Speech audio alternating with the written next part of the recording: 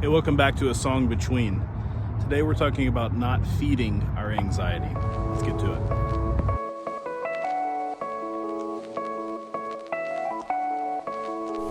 Hey again, welcome back to A Song Between.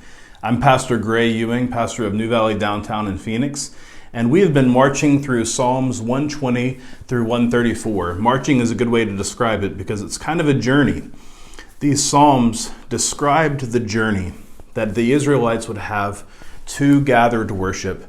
And as we are not able to meet together, we are in a sense journeying towards that place of being gathered together again in worship services. And in the meantime, we want to be on the same page. We want to be singing the same songs. And so we've been looking every day at these Psalms of Ascents. We've looked at Psalms 120 through 126, and today we're going to read Psalm 127. If you would, take a moment to prepare your heart, be quiet and be still, and know that the Lord is God, and then we will read Psalm 127.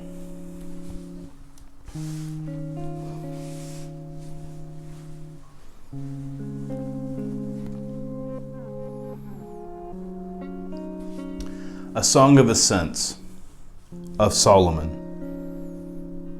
Unless the Lord builds the house, those who build it labor in vain. Unless the Lord watches over the city, the watchman stays awake in vain. It is vain that you rise up early and go late to rest, eating the bread of anxious toil, for he gives to his beloved sleep. Behold, children are a heritage from the Lord, the fruit of the womb a reward. Like arrows in the hand of a warrior are the children of one's youth. Blessed is the man who fills his quiver with them. He shall not be put to shame when he speaks with his enemies in the gate. It's really important to see right away that in the little title above this psalm, a psalm of ascents, it also says of Solomon. This is a psalm that has been attributed to the great king Solomon. Why is that important? Well, the opening words are, unless the Lord builds the house. And who is the one who built the house of the Lord? From a human perspective, it was King Solomon, the wealthiest man who ever lived, certainly the wealthiest man up to that point of time, and the man who represented the prosperity of Israel. When Solomon was king, Israel was in complete control. They were ruling over other nations. They were wealthy. They had military might. It was the high point of Israel's time in power. So Solomon represented that. Why is that significant? Well, look at what this psalm is about. This psalm is about the opposite of human power. It's saying, unless the Lord builds the house, then those who work at it labor in vain. Unless the Lord watches over the city, even though Israel had more than ever people to watch over the city, and more than ever people, masons, and a wise king to build the house of the Lord. At that moment, Solomon wrote this psalm, indicating that even when we are at the height of our power, our dependency on God is necessary. And in fact, we see that when we're not dependent on God, what we live in is a state of anxiety.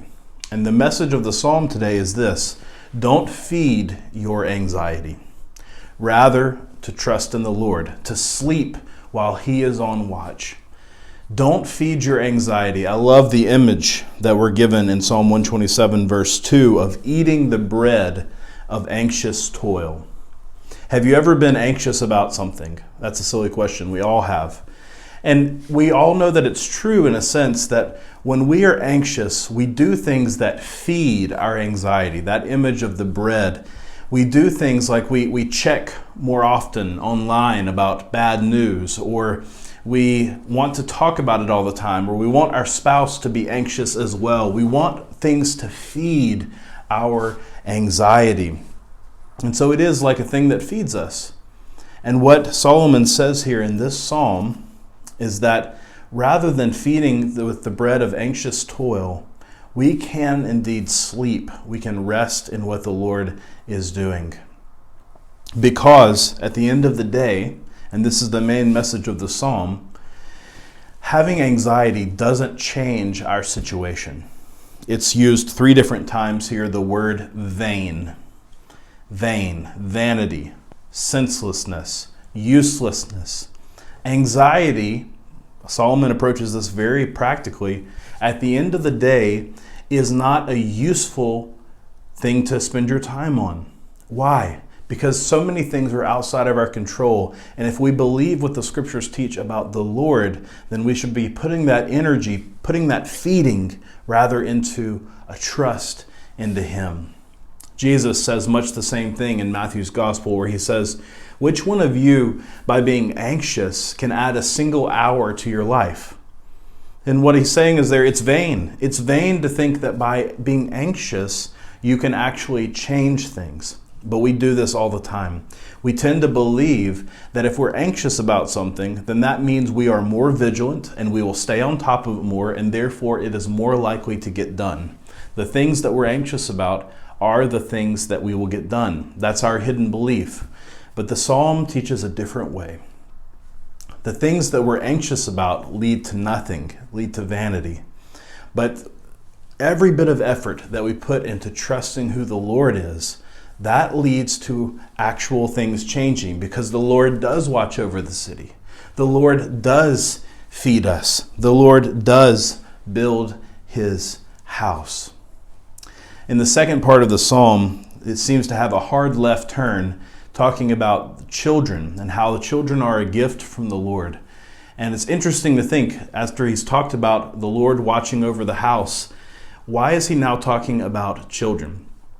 Well, there's several different theories, but I think that what is going on here is that Solomon is saying, not just is the Lord over the house of worship, and not is He just over the house of the city, those who watch the city he talks about earlier, but also the individual house, the one where your children are, the one where your family is. That is a place of high anxiety. That is a place where we tend to spend a lot of time eating the bread of anxious toil. But here Solomon says, rather, see your children, see your household as a gift from the Lord, and let Him take care of those anxieties as well. That's a very hard thing to do, but we do so with the Lord's equipping. This psalm gives us a testimony that we can sleep tonight. We can sleep tonight, not because we're anxious and watching, but because the Lord is watching over us.